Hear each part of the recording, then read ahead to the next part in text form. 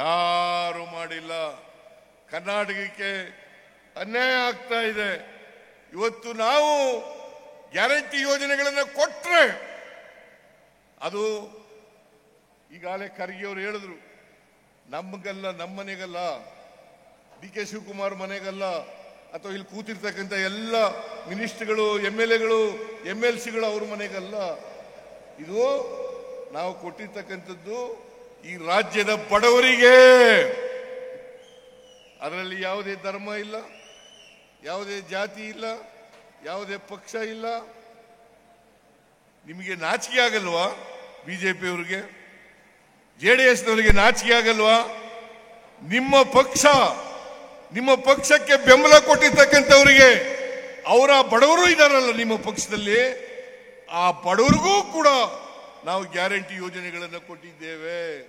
ಬರೀ ಕಾಂಗ್ರೆಸ್ಗಲ್ಲ, JDSನವ್ರಿಗೂ ಕೂಡ ಕೊಟ್ಟಿದ್ದೇವೆ, ಬಿಜೆಪಿಯವ್ರಿಗೂ ಕೂಡ ಕೊಟ್ಟಿದ್ದೇವೆ, ಕಾಂಗ್ರೆಸ್ನವ್ರಿಗೂ ಕೂಡ ಕೊಟ್ಟಿದ್ದೇವೆ, ಯಾವುದೇ ಪಕ್ಷಕ್ಕೆ ಸೇರದೇ ಇದ್ದವ್ರಿಗೂ ಕೂಡ ಕೊಟ್ಟಿದ್ದೇವೆ.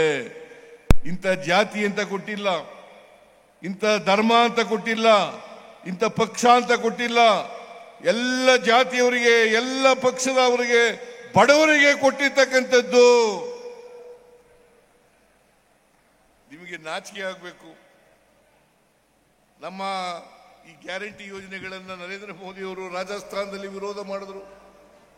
ರಾಜಸ್ಥಾನದಲ್ಲಿ ಇದನ್ನು ಘೋಷಣೆ ಮಾಡಿದಾಗ ವಿರೋಧ ಮಾಡಿದ್ರು. ಏನಂತ ವಿರೋಧ ಮಾಡಿದ್ರು?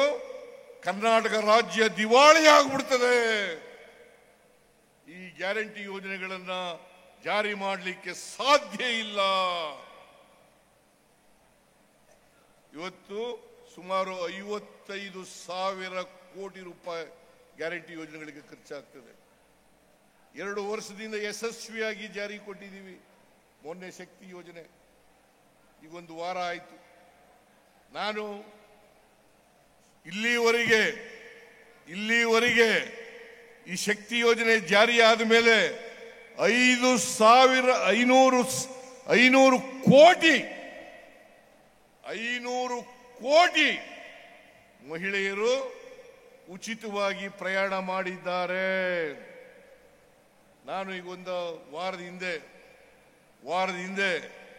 500 ಕೋಟಿ ಟಿಕೆಟ್ ಅನ್ನ ಕೊಟ್ಟಿದ್ದೇನೆ ಮಹಿಳೆಗೆ, ಪ್ರಯಾಣಿಕರಿಗೆ 500 ಕೋಟಿ ಟಿಕೆಟ್ ಅನ್ನು ಕೊಟ್ಟಿದ್ದೇನೆ. ನೀವು ಯಾವಾಗಲಾರು ಮಾಡಿದ್ರ? ಇವತ್ತು ಮಹಿಳೆಯರೆಲ್ಲ ಖುಷಿಯಾಗಿದ್ದಾರೆ, ಬಡವರೆಲ್ಲ ಖುಷಿಯಾಗಿದ್ದಾರೆ, ದಲಿತರೆಲ್ಲ ಖುಷಿಯಾಗಿದ್ದಾರೆ, ಹಿಂದುಳಿದವರೆಲ್ಲ ಖುಷಿಯಾಗಿದ್ದಾರೆ, ಅಲ್ಪಸಂಖ್ಯಾತರೆಲ್ಲ ಖುಷಿಯಾಗಿದ್ದಾರೆ. ನಿಮಗೆ ಹೊಟ್ಟೆ ಉರಿ ಇದೆಯಲ್ಲ, ಈ ದ್ವೇಷ ಇದೆಯಲ್ಲ, ರಾಜಕೀಯ ದ್ವೇಷ, ನಾನು ಇವತ್ತು ಅವ್ರಿಗೆ ಹೇಳ್ತೀನಿ, ಈ ದ್ವೇಷವನ್ನ ಬಿಡಿ, ಹೊಟ್ಟೆ ಉರಿಯನ್ನ ಬಿಡಿ, ಮತ್ಸರವನ್ನ ಬಿಡಿ.